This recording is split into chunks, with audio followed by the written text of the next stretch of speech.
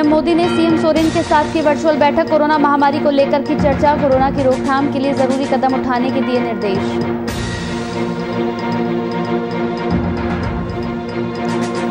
पटना में white fungus के 4 मरीज मिलने से हड़कंप। ब्लैक फंगस से ज्यादा संक्रमित है व्हाइट फंगस। शरीर के कई हिस्सों को पहुंचा सकता है नुकसान। पटना, बेगूसराय, मुंगेर समेत 19 जिलों में सुबह से झमाझम मौसम। विभाग का अलर्ट, घर में रहे, गिर सकती है बिजली।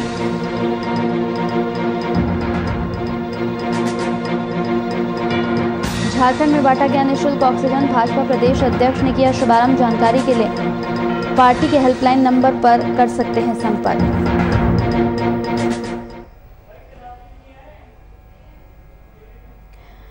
नमस्कार, वीआईपी न्यूज में आपका स्वागत है। आपके साथ हाजिर हूं मैं कंचन। कोविड-19 संक्रमण के रोकथाम के लिए केंद्र सरकार से लेकर राज्य सरकार तक गंभीर है। प्रधानमंत्री नरेंद्र मोदी लगातार वर्चुअल मीटिंग के माध्यम से देश के अलग अलग हिस्सों का जायजा ले रहे हैं। इसी कड़ी में प्रधानमंत्री राज्य के मुख्यमंत्री और जिलों के उपायुक्तों के साथ वर्चुअल बैठक कर रहे हैं। पीएम द्वारा आयोजित इस बैठक में झारखंड के मुख्यमंत्री और राज्यों के डीसी शामिल हुए। बैठक में कोविड-19 को लेकर चर्चा की गई और इसके रोकथाम के लिए जरूरी कदम उठाने के निर्देश दिए गए।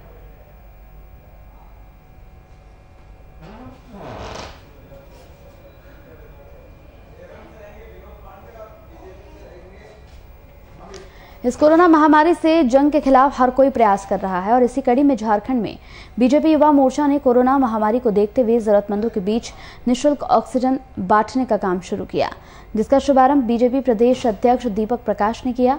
मौके पर दीपक प्रकाश ने बताया कि जिस किसी को भी इसकी जरूरत होगी पार्टी के हेल्पलाइन नंबर पर जाकर संपर्क कर सकते हैं।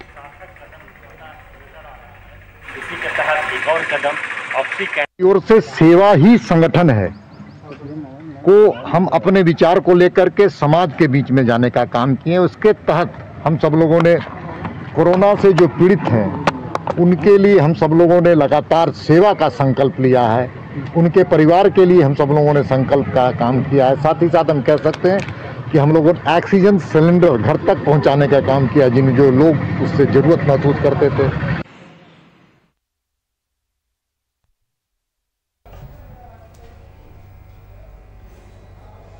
बीते दिन नेता प्रतिपक्ष तेजस्वी यादव के फेसबुक लाइव के बाद बिहार में सियासत और भी तेज हो गई थी, जिसके बाद एक बार फिर से तेजस्वी यादव ने फेसबुक लाइव के जरिए अपने कोविड केयर सेंटर और लिखे गए पत्र के साथ सरकार की नाकामियों को गिनाया।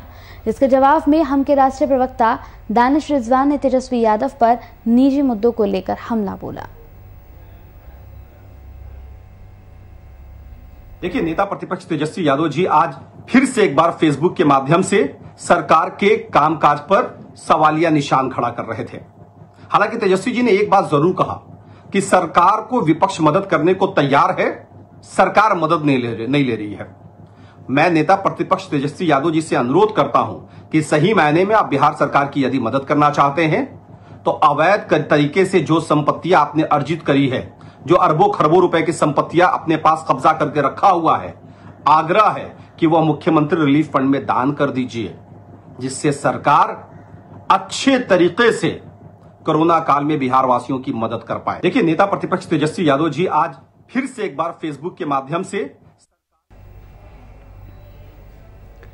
हाईकोर्ट के chief justice doctor Ravi Ranjan और जस्टिस सुजीत नारायण प्रसाद की बेंच ने ई पास की उलझनों को खत्म करने की मांग को लेकर दायर जनहित याचिका को खारिज कर दिया है।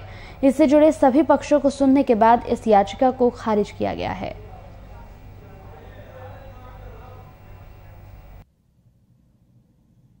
दायर किया गया था, उसमें पिटिशनर की ओर से ये कहा गया था कि ये लोगों को समस्या आ रही है और एसेंशियल कमोडिटीज परचेज करने के लिए भी ई पास और ये सारी बातों को कोर्ट के समक्ष दिखाया गया।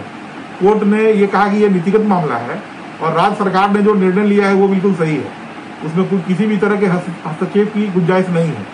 और पहले भी इस तरह का नियम बनाया गया था जिसे किसी भी कोर्ट ने कभी उसमें इंटरफेयर नहीं किया है। और माननीय न्यायालय का ये भी कहना था कि ये लॉकडाउन और इससे जुड़े जो व्यवस्था की गई है जैसे ई पास है, तो ये बहुत ही आवश्यक कार्य के लिए है।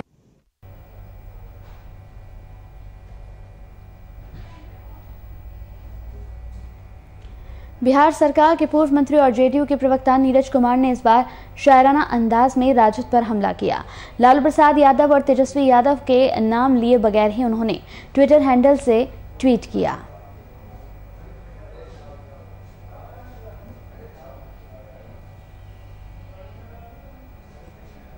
पूर्व मंत्री सूर्यदेव राय के निधन पर मुख्यमंत्री नीतीश कुमार ने शोक संवेदना व्यक्त की। शोक व्यक्त करते हुए सीएम ने पत्र लिखा है, जिसमें उन्होंने सूर्यदेव राय को कुशल व्यक्तित्व वाले सामाजिक कार्यकर्ता बताया। साथ ही मुश्किल की घड़ी में परिवार को धैर्य और साहस प्रदान करने की अपील की।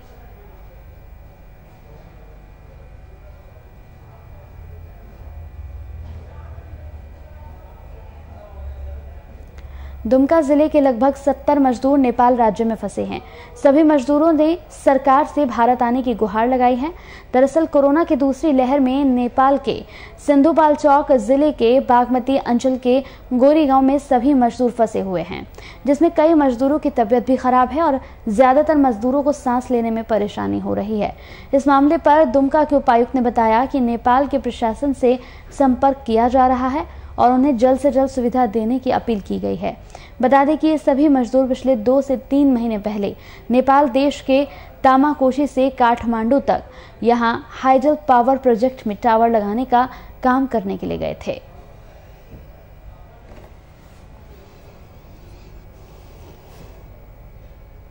लोग वहाँ पे संपर्क बनाए हुए हैं और कैसे लोगों के द्वारा अनुरोध किया गया है कि पास उनको दिला दें ताकि वो यहाँ तक पहुँच सकते हैं। तो हम लोग वहाँ प्रशासन के साथ बात करके बहुत ही जल्द उनको पास और अन्य सुविधाएं निर्गत करेंगे। कितने मजदूर? करीब 70 मजदूर की बात आ रही है, 70-72 की। तो अभी लेबर सुपरिटेंडेंट के द्वारा पूरा लिस्ट को जांचा जाएगा और इस पर कार्य किया जाएगा।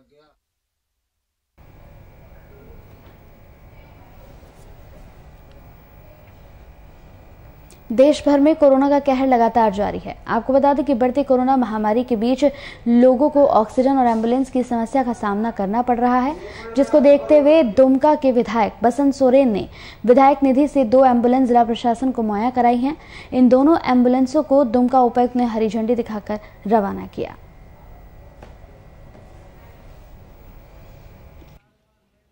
पूरे राज्य में अभी कोरोना महामारी को रोकथाम के लिए काफ़ी कार्य किए जा रहे हैं। सरकार की तरफ से, प्रशासन की तरफ से काफ़ी सारे पहल किए जा रहे हैं। सभी गाइडलाइंस के अनुसार लॉकडाउन का इम्प्लीमेंटेशन के साथ साथ सैम्पलिंग, टेस्टिंग और मरीजों का इलाज भी चल रहा है। ऐसे समय में जनप्रतिनिधिगण के तरफ से इस तरीके से एम्बुलेंस देना बहुत ही महत्वपूर्ण बात है जिला प्रशासन के लिए, क्योंकि एम्बुलेंस काफ़ी कम संख्या में है और हमारे हर ब्लॉक में एक एम्बुलेंस पूर्व में से है। उसमें कई सारे काफ़ी पुराने भी हो चुके थे। तो ये बहुत ही अच्छी एक एसेट है।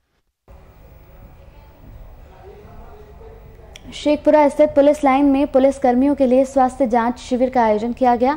आरजेडी प्रमुख लालू यादव के आदेश पर लगाए गए इस कैंप में पुलिस कर्मियों के साथ साथ जरूरतमंद लोगों का भी यहां पर जांच हुआ। साथ ही पुलिस कर्मियों को निःशुल्क दवाई भी उपलब्ध कराई गई। इस दौरान मीडिया से बातचीत करते हुए शेखपुरा के विधायक ने आम जन से कोरोना के नियमों का पालन करने की अपील की है।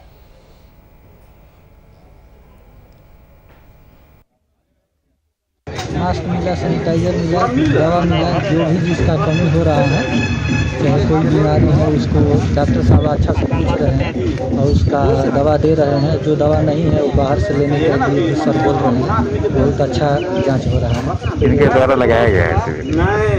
किनके द्वारा शिविर लगाया गया है? माननीय विधायक विजय सम्राट जी हम लोग पहले से जानते हैं, बहुत अच्छा से शिविर लगाए हैं डॉक्टर साहब कोरोना काल को।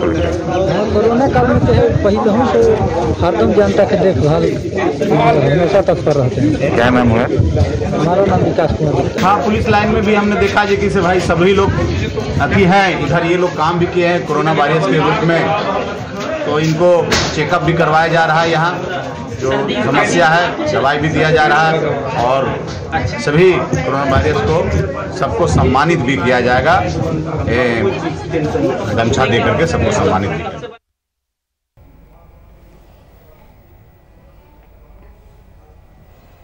अनूपपुर में जारी वॉलंटियर अभियान के तहत एसडीएम ने स्वैच्छिक रूप से पंजीयन कराकर वॉलंटियर बने सदस्यों के बीच सम्मान स्वरूप यहां पर टी शर्ट और सामग्रियों का वितरण किया।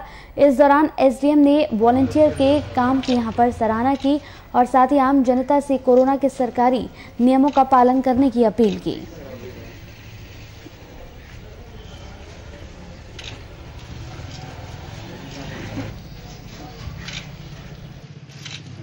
हमारे वॉलंटियर्स को टी शर्ट, कैप, गमछा और मास्क दिया गया है, क्योंकि जो भी इस कोरोना काल में काम कर रहे हैं उनकी सुरक्षा करने के लिए और एक आइडेंटिटी उनकी रहे कि वो वॉलंटियर हैं और इस महामारी में अपना परिश्रम करके लोगों के जागरूक कर रहे हैं और जो भी हमारे गवर्नमेंट के जो स्कीम्स उसके बारे में बताते हैं और जो भी सहयोग करते हैं। इसके लिए सभी वॉलंटियर्स को हमने एक किट प्रदान किया गया।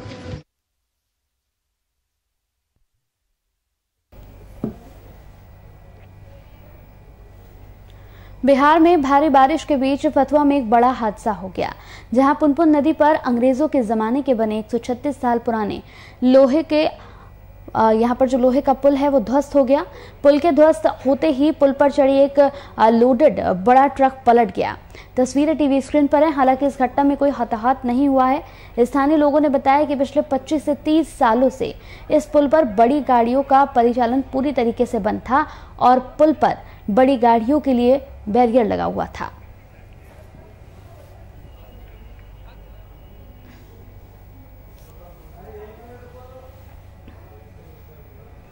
मुजफ्फरपुर की चूड़ी और लहठी पूरे देश में सुप्रसिद्ध है।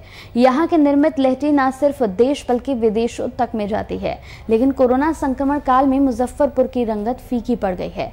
लॉकडाउन की वजह से इस व्यापार को लाखों का नुकसान झेलना पड़ रहा है। आपको बता दें कि कारोबारियों के सामने इस वक्त रोजी रोटी की सबसे बड़ी समस्या खड़ी है।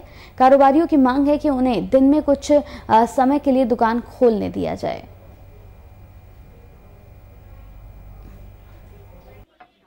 हम लोग तो थप है, पूरा मार्केट का मार्केट थप है। यहाँ ना व्यापारी को आने का कोई साधन है। यहाँ हम लोग को जैसे खोलते हैं जो पुलिस तल्ले ऊपर चला जा रहा है, इधर से उधर से। क्या किया जाए? कैसे रोजी रोटी चल रहा है? रोजी रोटी कैसे चल रहा है?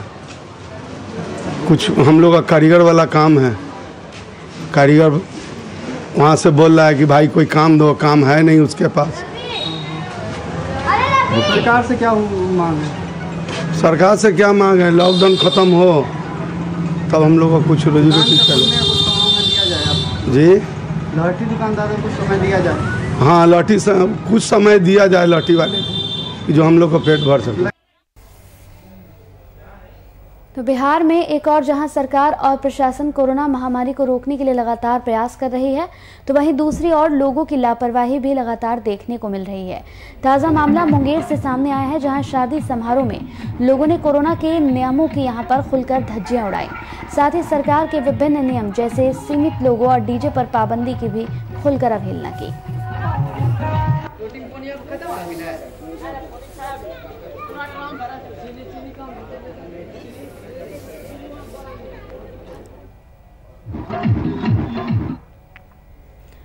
मधुबनी जिले में बढ़ते कोरोना संक्रमण की संख्या को देखते हुए जिला प्रशासन की ओर से सभी तैयारियां पूरी कर ली गई हैं। इसके साथ ही शहर के विभिन्न गली मोहल्लों को भी सैनिटाइज किया जा रहा है। इसके साथ ही प्रशासन के पदाधिकारियों की ओर से लगातार रूप से संचालित किए जा रहे कम्युनिटी किचन का निरीक्षण भी किया जा रहा है।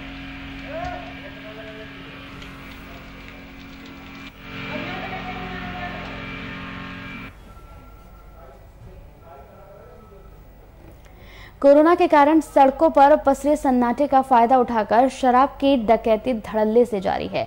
इसी कड़ी में राजधानी रांची पुलिस को एक बड़ी सफलता हासिल हुई है। आपको बता दें कि पुलिस ने शराब की डकैती करने वाले गिरोह का पर्दाफाश करते हुए 2 डकैतों को धर दबोचा है। इनके पास से लूटी गई शराब भी बरामद की गई है। घटना में शामिल 6 अभियुक्त अभी भी पुलिस की गिरफ्त से बाहर हैं, जिनकी खोजबीन लगातार चल रही है। लॉन्ग बन गया। 11/5/2021 को दिन में 1 से 2 के बीच में ललगुटवा शराब डिपो से टुपुदाना चौक स्थित एक अनुज्ञप्ति धारक शराब दुकान के लिए कुछ माल लोड होके जा रहा था। उसी क्रम में शतरंजी पुल के पास में कुछ अज्ञात अपराधकर्मी एक गाड़ी से आए और गाड़ी के साथ लदे दारू और शराब और उसके साथ ड्राइवर को लूट कर चले गए। लॉन्ग बन गया। इसमें एक्चुअली इतनी दूर इन लोग मेहनत बहुत किया है। आज पूरे झारखंड में रांची के सीएम के साथ और डीएम के साथ था बैठे, लेकिन उड़ीसा बात हो गया जो उस दिन का बंदा तो जाके ले सकते हैं वहाँ पे, या एक बार ले आओ यार।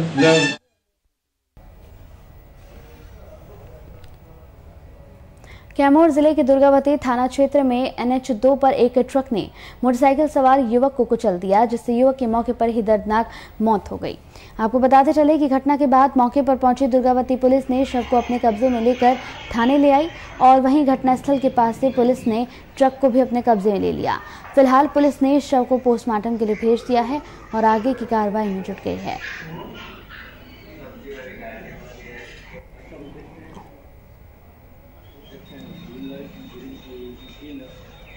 करीब आधा घंटा पहले हुआ है। उड़ाने वाले ग्राम माला डाही के हैं सब, थाना मोहनिया हुआ। नाम अशोक पासवान है, पिता स्वर्गीय कैलाश पासवान है। ये कहाँ जा रहे थे? जा रहे थे बभनिया, पूजा उजा खड़ा हुआ। अच्छा अच्छा। घटना करही कर यहाँ के बगल में है। घटना कहाँ हुआ है? घटना तो दुर्गावती थाने में हुआ है, जो टोल प्लाजा है। टोल प्लाजा अलग नहीं घटना है के पास यहाँ प्रशासन लगे हैं। अच्छा अच्छा। घटना कैसे हो, कुछ पता चला? घटना गाड़ी थी। अच्छा अच्छा। और क्या लगते हैं आपके वो? भाई।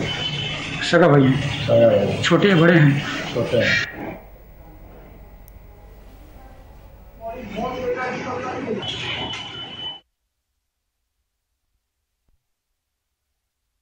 सफलता हासिल हुई है। कोतवाली नगर पुलिस ने एक अपराधी युवक को सकुशल बरामद कर लिया है। साथ ही साथ 2 अपहरणकर्ताओं को भी पुलिस ने गिरफ्तार कर लिया। फिलहाल पुलिस आगे की कार्रवाई कर रही है।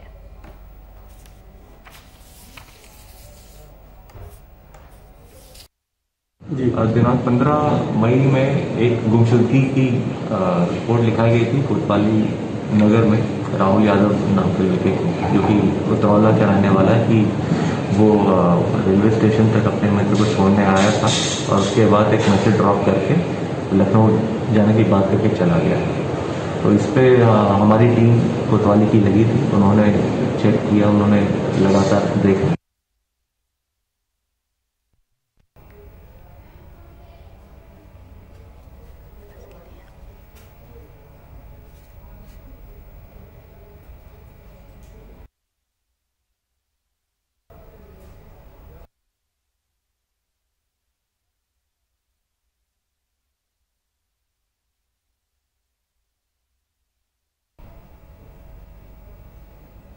बांका जिले में लचर स्वास्थ्य व्यवस्था की पोल खोलते हुए फिर एक अमानवीय घटना सामने आई है।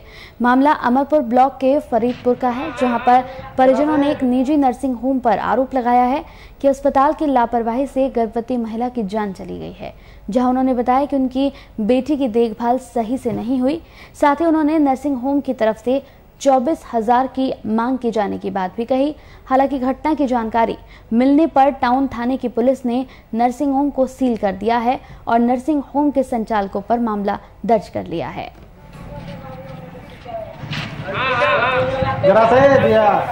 हेलो, इसका सर अच्छी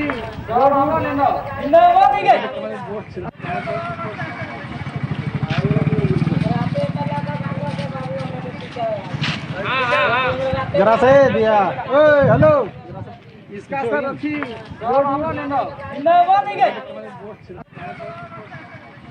गुड़ियामा पंचायत के टेंगराहा में जो उप स्वास्थ्य केंद्र बना हुआ है, उससे तो जनता को कोई बेनिफिट मिल नहीं रहा है। सिर्फ एक बिल्डिंग बना दिया गया हुआ है और वो भी जो है कि उसमें जो है गाय भैंस कुत्ता बकरी ये सब दिन भर घूमता है। कोरोना ऐसे महामारी में और वहाँ डॉक्टर और स्वास्थ्य संबंधित सुविधा अगर उपलब्ध रहता तो लोग परेशान नहीं होता। हम लोग पंचायत के जनता की तरफ से मांग करते हैं कि उसको जल्द से जल्द चालू किया जाए, डॉक्टर से लेकर और बेहतर स्वास्थ्य व्यवस्था का वहाँ पर बहाल किया जाए। मुजफ्फरपुर के मीनापुर ब्लॉक के समाज सेवी विवेक कुमार की तरफ से यहां पर सालों से बंद स्वास्थ्य उपकेंद्र पर स्वास्थ्य सेवा बहाल करने के लिए पत्र लिखा, जिसमें उन्होंने मुख्यमंत्री, स्वास्थ्य मंत्री, जिलाधिकारी, सिविल सर्जन और प्रभारी चिकित्सा पदाधिकारी मीनापुर को ये पत्र दिया है। आपको बता दें कि पत्र में लिखा गया है कि इस विषम परिस्थिति में अगर उक्त स्वास्थ्य उपकेंद्र पर स्वास्थ्य सेवा बहाल की जाती है तो लोगों को कठिनाइयों का सामना करना पड़ेगा।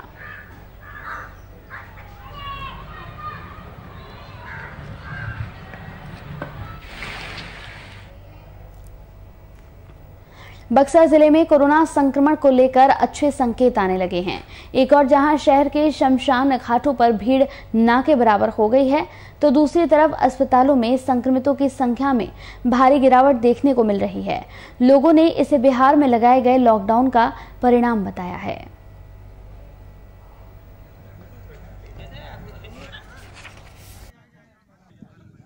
वर्तमान में स्थिति जो कोविड के जो मरीज हैं जिनका लक्षण उस कोविड के तरफ थे, तो उस तरह के मरीज की संख्या में मतलब थोड़ी कमी हुई है पहले से। हाँ अभी तो देख रहे हैं सर कि हॉस्पिटल एकदम खाली पड़ा है। हाँ, तो अभी फिलहाल मरीज कोई नहीं है और ऐसा कुछ नहीं है। कभी कभी पेशेंट आने लगते हैं, पर कुछ दिनों से पेशेंट्स जो कोविड के लक्षण वाले हैं वे लोग थोड़ा कम आ रहे हैं। कमी हुई है। हाँ, थोड़ी कमी हुई है। सर एक मतलब इस पर क्या संदेश जाता है कि मतलब क्या वास्तव में संक्रमण धीरे-धीरे कम हो रहा है इस क्षेत्र में? हाँ, तो लोगों को कोविड के लेकर के जागरूकता बढ़ी है और अपने स्वास्थ्य को लेकर के लोग ज़्यादा जागरूक हुए हैं और जो सरकार लॉकडाउन लगाई है उससे आम जनता को इसका अच्छा बेनिफिट दिखने को मिल रहा है।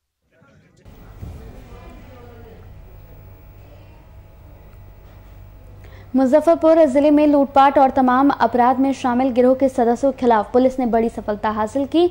साहिबगंज थाने के कपड़ा व्यवसायी के घर पूर्व में हुई लूटपाट के मामले में कार्रवाई करते हुए पुलिस ने गिरोह के 7 लोगों को धर दबोचा। गिरफ्तार अपराधियों के पास से पुलिस ने हथियार और कई अन्य चीजें बरामद की हैं।